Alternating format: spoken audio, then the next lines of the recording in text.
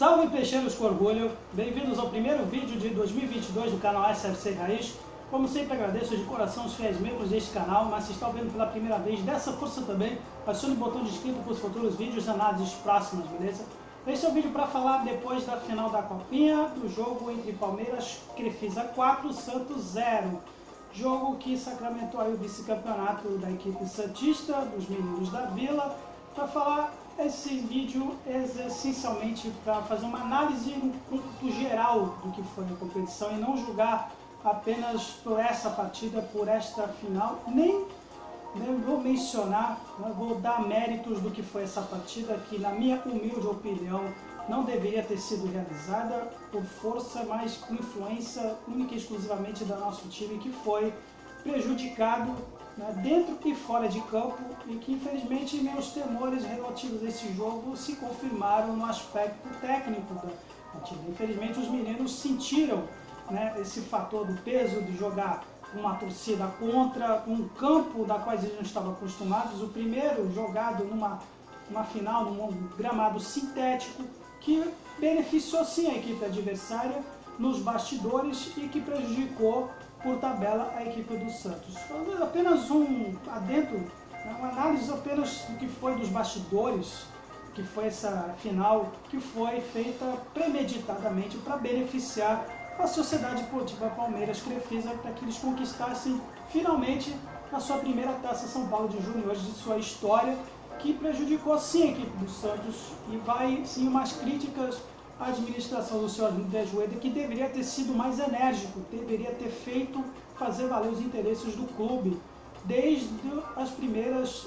os jogos, os primeiros momentos da decisão no local da final, que não deveria ter sido um estádio, um dos estádios que beneficiasse os dois lados. Isso infelizmente aconteceu para justamente acabar por favorecendo a equipe alviverde. Infelizmente, porque eu acho que o Santos Futebol Clube deveria fazer valer, sim, deveria forçar no mínimo um estádio, um campo neutro, em especial o estádio do Canindé, que seria o estádio apto para jogar caso o Santos tivesse feito a melhor campanha na classificação geral, contando todas as fases de grupo. Se fosse o Santos Futebol Clube com o direito de jogar com torcida única, o estádio da Portuguesa teria sido apto para jogar, para ser o palco da final da Copinha. Não foi, até jogando aqui uma análise, uma coluna do PVC, o Paulo Vinícius Coelho, no seu portal do GE, para dar uma justificativa da escolha do Allianz Parque para a final, colocando até certos antecedentes, como por exemplo, mas o Corinthians lá atrás chegou a perder 2 finais de tal Copa São Paulo no Parque São Jorge, só que ele esquece de dizer que foi em épocas diferentes e contra adversários diferentes, em 1973 contra o Fluminense e em 1976 para o Atlético Mineiro, que convenhamos, não tem a mesma torcida aqui na capital paulista como tem a do Santos, então é uma comparação esdrúxula o seu PVC nesse quesito. Tudo bem, e fora que o contexto atual é completamente diferente, a Copa São Paulo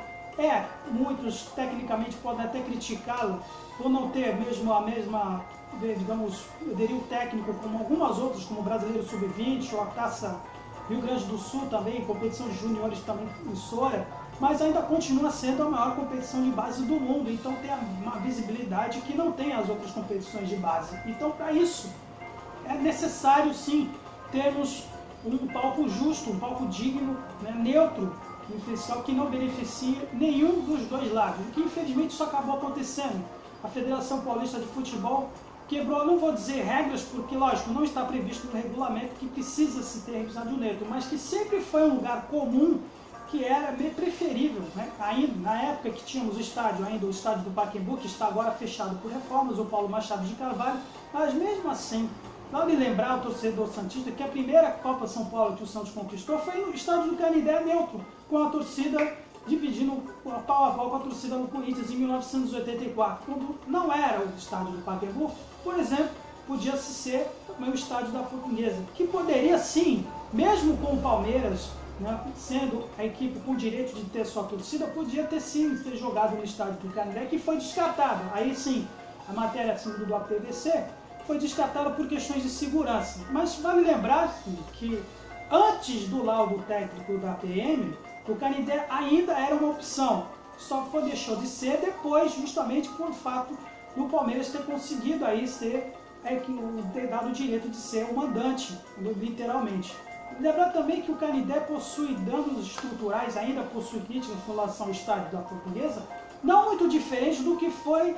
por exemplo, o estádio do São Caetano na Atlético Campanella, que foi palco da semifinal da qual o Santos jogou. Vamos se informar também que antes da competição começar, o estádio do São Caetano sofreu inclusive com falta de iluminação e foi liberado para a semifinal. Então é muito estranho, por exemplo, esse laudo, esse parecer relativo ao estádio do Canindé, logo depois de já ter sido decidido que a equipe do Palmeiras Crefisa já teria a vantagem de ter a torcida única. Mas, enfim, infelizmente, mais uma vez, o Santos foi desrespeitado e eu responsabilizo os dirigentes que mais uma vez tiveram que baixar a cabeça no quesito, né, para acabar, fazer valer ainda a chamada teoria da boa diplomacia, do bom mocismo, né, em relação à Federação Paulista de Futebol, que acabou prejudicando sim o Santos. Mas Luiz, se o Santos não entrasse em campo, podia ser punido com 5 anos sem competir na Taça São Paulo. Sim, poderia ter sido punido, mas pelo menos a dignidade, pelo menos a hombridade de não ter sido prejudicados diante dessa situação que acabou acontecendo, já era latente, já falando um pouco mais dessa partida, pelo menos do âmbito geral, né, do que foi a competição, que dá para se concluir que hoje a equipe do Santos conseguiu revelar jogadores realmente produtivos para o futuro das categorias de principal. Então, acho que a grande maioria deles, não vou dizer quase todos, assim, dadas as devidas proporções, um para mais, outro para menos, mas falando especificamente dessas equipes do Santos que foram os mais utilizados para disputar essa copinha, desde o goleiro Diógenes, que eu até tinha muito pé atrás com relação a ele, por exemplo, tanto que a diretoria foi buscar o Jandrei para substituir o João Paulo ou o João na temporada passada, mas hoje dá para dizer que o Diógenes tem sim um potencial, porque foi graças a ele, por exemplo, que nas mãos dele a equipe do Santos conseguiu ser finalista da competição através de decisões por pênaltis defendidos por ele. Então, talvez no quesito da falha técnica da saída de bola, talvez precisa trabalhar um pouco mais, mas no campo de geral, tanto o João Paulo quanto o João também sofrem desse karma também. Mas eu acho que sim, ele pode sim ser aproveitado, assim como o Sandro Perpétuo, o grande rapaz que acabou se revelando como líder do elenco, que infelizmente nos últimos jogos não pôde atuar por causa de lesões. O Marense acabou entrando no Andrei Quintino, que está sendo malhado aí várias vezes aí pela nossa torcida, o que eu acho, na minha opinião, injusta, porque vale lembrar que o Andrei Quintino é um ala, né, não é mais atacante ofensivo, assim como é o Wesley Patati, e está sendo sacrificado numa posição que não é dele. Sim, os gols que foram feitos na final foram do lado direito, no lado dele, mas ele ainda não teve, assim, digamos, a mera oportunidade de ter atuado na Copa São Paulo jogando numa posição fixa dele. Eu acho que sim, talvez seja a hora do Andrei Quintino, que está sendo malhado pela torcida, talvez pelo fato de ser pai, inclusive, de um dos setoristas famosos, filho, perdão, de um setorista famoso do Santos, que seja a hora, conforme até parafraseando aqui o Ademir Quintino, que tem sim potencial, talvez seja melhor ele mudar de ares, porque infelizmente no Santos vai ser meio difícil dele ter uma carreira promissora, ou pelo menos derem a devida chance que ele merece. Dos meninos, Jair Paula, que foi muito elogiado, um garoto de 16 anos, ainda acho que muito cedo ainda para ser colocado como profissional, mas demonstrou sim que tem personalidade mais para anos futuros sim, também. Assim como o Derek, embora tenha destoado um pouco, esse rapaz que foi prejudicado, inclusive, fazendo valer mais do que, né, o raciocínio diante dessa final. Não bastou os adversários terem feito 3-0 já aos 24 minutos do primeiro tempo, tinha que o juiz dar um cartão vermelho, vendo que ele já tinha um amarelo no lance que não foi tamanha falta como foi, por exemplo, no lance anterior, em que um jogador da equipe adversária deu uma bicada, literalmente, no Juan Seco e nem cartão tomou. E já estava premeditado isso. Essa final já estava premeditada, então por isso que eu estou analisando no âmbito apenas geral do que foi. Falando, por exemplo, agora do Lucas Pires também, esse menino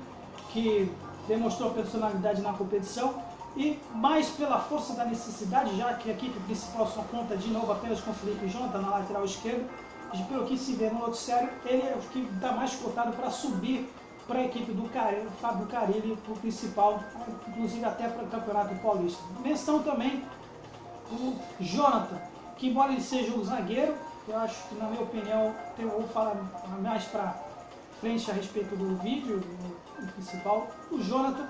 que jogou essa competição improvisado como volante, mas desempenhou muito bem a função e dá sim para ser observado pelo Carille na posição que a gente ainda não temos, na principal, que é o fato de sermos um zagueiro canhoto. Eu acho que na temporada que o Santos está aí buscando reforços, nós não buscamos ainda um zagueiro com essa característica, embora muito se fala do Eduardo Baumann, e eu também vou falar isso também futuramente. João Vitor, sou até suspeito para falar desse rapaz, foi o motorzinho dessa equipe, foi o cara que foi o pilar de sustentação para a proposta de jogo feita pelo Helder Campos. Eu acho que já está mais que na hora também dele também merecer também uma vaga também na equipe principal, em especial pelo fato de que nós também não temos um volante defensivo, e ele se mostrou, embora sendo o segundo volante, o João Vitor, ele tem potencial para ser volante defensivo também. O Ed Carlos, talvez foi a maior contribuição do trabalho do Helder,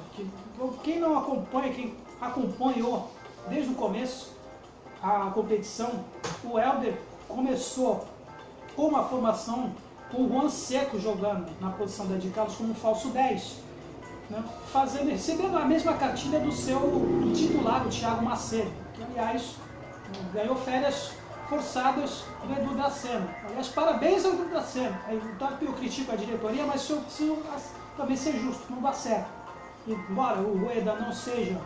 diretamente ligado a essa escolha, dando livre-arbítrio para o Edu Dracena decidir, méritos por André Rueda sim, porque ele patrocinou a escolha do Edu Dracena como gerente de futebol e ele acertou na decisão de confiar no Helder Campos na competição. Entendeu? Mas, voltando aí de Carlos, que tirando aí o fator físico que ele precisa trabalhar,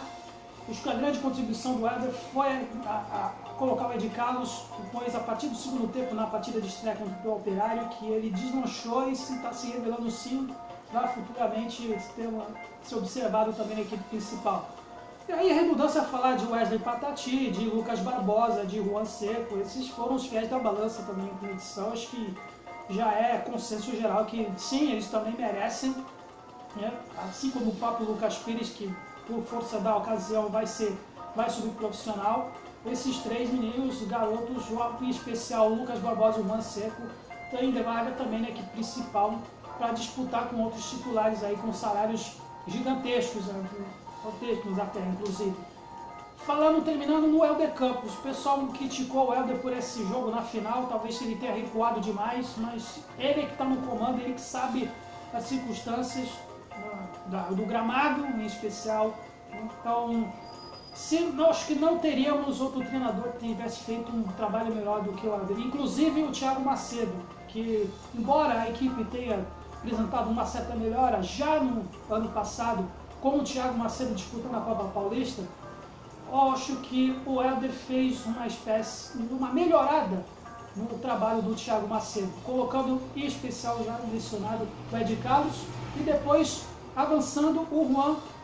no ataque, né? Quando ele tinha começado inclusive com o Vitor Michel no ataque, naquela partida de estreia. Quando ele começou a colocar o Ed Carlos com o Juan na frente, a equipe literalmente deslanchou, que agora a torcida está ouvindo falar mais do Juan, mais no Wesley Patati, no Ed Carlos, no Lucas Barbosa. Então, méritos gerais para o trabalho do Helder Campos, pelo fato do Santos ter conseguido ganhar essa posição aí, tendo essa proeminência de segundo lugar na Taça São Paulo, porque se fosse o treinador, dificilmente acho que teríamos esse fortúnio, porque quem viu ano passado essa mesma equipe, falo de algumas peças que saíram, mas basicamente a mesma equipe que no ano passado de 2021, essa só estava vexame. Era eliminada em tudo que era competição, Brasileiro Sub-20, Campeonato Paulista, Copa Paulista, era só decepção esse time. É o mesmíssimo time que na temporada passada estava dando nervos nervos, quem acompanha as competições de base do Santos. Mas hoje, só com um único trabalho, com a influência do Helder, assim, do Claudio Miller e de outros, dá para perceber que eles conseguiram tirar algo bem produtivo desses meninos, com a diferença que fez uma mudança de comando técnico. E agora, graças ao Helder, mais uma vez, esses garotos podem ser observados com mais carinho pelo Fábio Carilli e pela equipe principal. Mas se você discorda, você pode deixar aí na seção de comentários qualquer dúvida, qualquer crítica, qualquer desavença, deixe para fortalecer o canal, para qualquer esclarecimento. Santos sempre Santos, e agora vamos que é o Paulista. Valeu!